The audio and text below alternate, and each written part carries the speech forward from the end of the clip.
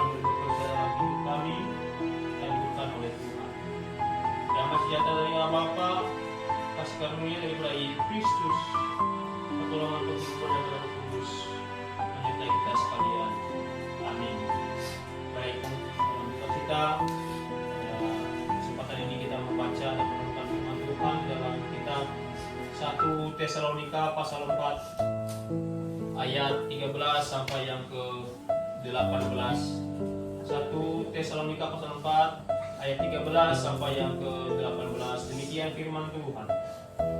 Selanjutnya kami tidak mau, saudara, bahwa kamu tidak mengetahui tentang mereka yang meninggal, supaya kamu jangan berduka cita seperti orang-orang yang tidak mempunyai pengharapan.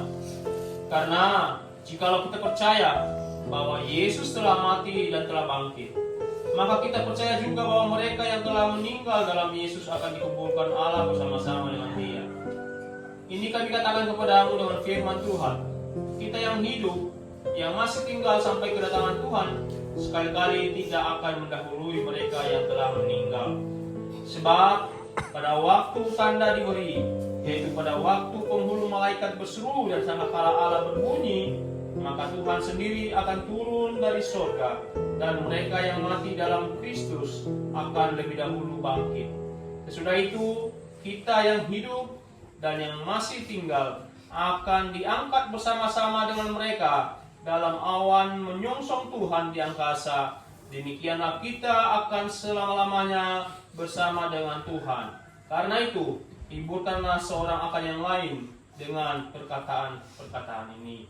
Jadi, Bapak Ibu yang bergabung dalam duka cita pada hari ini, kita telah mendengarkan firman Tuhan sangat jelas sekali tentang bagaimana keadaan atau kehidupan orang yang telah meninggal. Firman Tuhan katakan bahwa tidak mendahului kita, atau kita yang masih hidup tidak juga mendahului mereka yang meninggal. Kenapa? Karena kebangkitan yang sesungguhnya itu akan datang ketika Yesus datang kedua kalinya, menjemput umat yang percaya kepadanya. Oleh sebab itu, bagi kita yang hadir pada kesempatan ini, orang yang kita kasihi telah dipanggil Tuhan secara fisik, memang tidak lagi bersama dengan kita, tetapi melalui dengan iman percaya kepada Yesus Kristus, pada nantinya ketika juga kita menaruh iman yang sama dalam Yesus Kristus, kita akan bersama-sama kembali kepada Bapa yang di surga. Sampai bertemu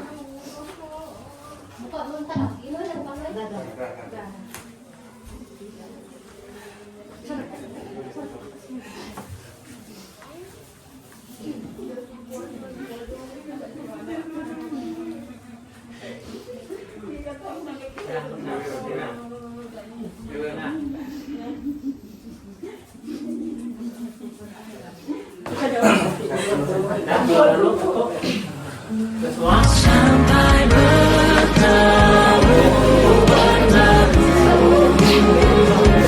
sampai bertemu Tuhan Allah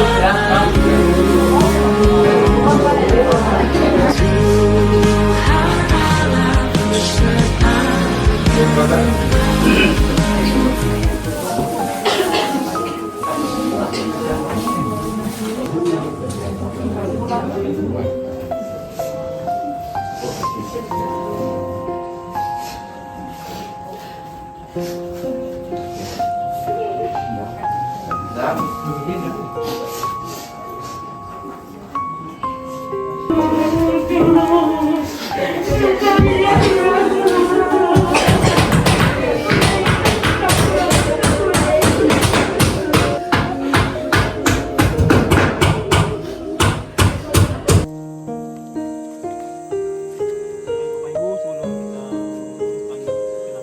Untuk dimakamkan, kembali kita memuji Tuhan dan mengangkat tinggal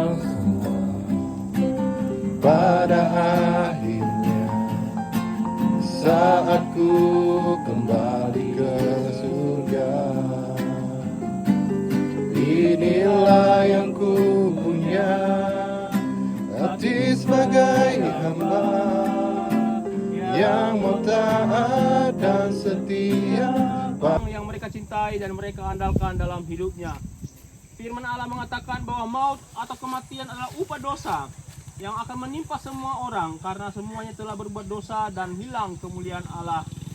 Manusia harus mengalami kematian tubuh dan rohaninya yang mengakibatkan tubuhnya kembali kepada debu dan roh serta jiwanya mengalami kematian kekal. Tetapi syukur kepada Allah, oleh Yesus Kristus telah mengalahkan kematian melalui kebangkitannya. Maut telah ditelan dalam kemenangannya. Ia telah menjamin adanya kebangkitan dan hidup yang kekal bagi setiap orang yang percaya kepadanya. Yesus Kristus berkata, "Akulah kebangkitan dan hidup. Barang siapa percaya kepadaku, ia akan hidup walaupun ia sudah mati." Yesus Kristus telah menyediakan tempat di rumah Bapanya di sorga bagi setiap orang yang percaya kepadanya. Di sana tidak ada air mata, maut tidak ada lagi, tidak akan ada lagi perkabungan atau ratap tangis atau duka cita, sebab segala sesuatu yang lama telah berlalu. Yesus menjamin bahwa manusia pasti dapat masuk ke sorga melalui jalan, yaitu dirinya sendiri dengan berkata, "Akulah jalan dan kebenaran dan hidup. Tidak ada seorang pun yang datang kepada Bapa kalau tidak melalui aku." Tetapi orang-orang penakut, orang-orang tidak percaya, orang-orang keji, orang-orang pembunuh, orang-orang sundal, tukang sihir, penyembah berhala, dan semua pendusta, mereka akan mendapat bagian mereka dalam lautan yang menyala oleh api dan belerang. Inilah kematian yang kedua. Alangkah bahagianya mereka yang mati dalam Kristus, karena kematian merupakan batu loncatan untuk masuk ke dalam kehidupan yang kekal, ke dalam kebahagiaan yang abadi di sorga. Dan alangkah bahagianya manusia yang masih hidup, yang percaya dan menaruh harapannya kepada Yesus Kristus Juru Selamat dunia. Apabila kematian tiba, hidup yang kekal pasti menjadi miliknya. Amin. Kita berdoa. Kembali kepada kasih dan rahmat kehadiran Allah. Kiranya Yesus Kristus yang adalah kebangkitan dan hidup akan membangkitkan dan menghidupkan engkau sesuai dengan iman dan kepercayaanmu semasa hidupmu. Amin. Kembali kita berdoa. Kasih karunia dari Allah Bapa kita, damai sejahtera dari Yesus Kristus Tuhan kita, dan pertolongan serta penghiburan dari Roh Kudus mengawali hati dan pikiran kita untuk kemuliaannya sampai selama-lamanya. Amin.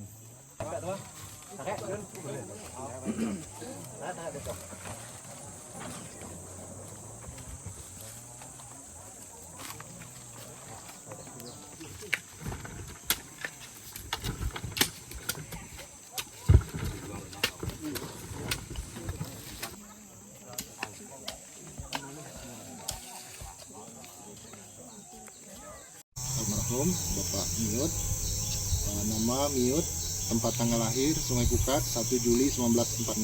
Saat ini beliau berusia 80 tahun. Nama ayah almarhum Lanjang, nama ibu almarhum Dabung. Almarhum merupakan anak keempat dari 8 bersaudara. Yang pertama saudaranya almarhum Bapak Pandung, yang kedua almarhum Bapak Munti, yang ketiga Bapak Marau, yang keempat almarhum Bapak Miut, yang kelima Bapak Punggu, Ibu Punggu, yang keenam Ibu Sema, yang ketujuh Bapak Mutih, yang kedelapan almarhum Ibu Runyin. Memiliki istri bernama Ibu Dani dan dikarunia 2 orang anak bernama Ibu Lucia dan Ibu Lucia anak pertama, yang kedua Ibu Dinah anak kedua, serta memiliki 3 orang cucu. Yang pertama Victor Adrianus Laurentius, yang kedua Denis Adrianus, yang ketiga Gabriel Immanuel. Demikian daftar riwayat hidup beliau. Adapun riwayat sakit almarhum, sebelum dipanggil Yang Maha Kuasa, beliau di tanggal 26 bulan 5 tahun 2006 mengalami sakit dan dibawa ke rumah sakit AD Muhammad John Sintang dan dinyatakan oleh dokter sakit tipes serta komplikasi. pada tanggal 7 Juni dinyatakan boleh pulang dan boleh dirawat di rumah sampai Tuhan memanggil beliau di hari Jumat tanggal 19 bulan 6 tahun 2026 jam 15.30 atau jam setengah 4. Demikian uraian singkat hidup beliau. Kami seluruh keluarga besar mengucapkan terima kasih kepada semua pihak yang sudah membantu, baik doa maupun biaya selama Arman sakit. Kami juga atas nama keluarga dan anak-anak memohon maaf apabila orang tua kami selama hidupnya mempunyai tutur kata baik yang sengaja maupun tidak sengaja yang mungkin menyakiti hati dan perasaan baik keluarga maupun masyarakat semua. Sekali lagi kami mohon untuk dimaafkan, serta apabila almarhum memiliki hutang piutang selama hidup untuk bisa disampaikan kepada keluarga. Terima kasih. Kami atas nama keluarga besar Pak Mion mengucapkan terima kasih atas sebesar-besarnya kepada keluarga masyarakat yang sudah membantu proses pemakaman hari ini.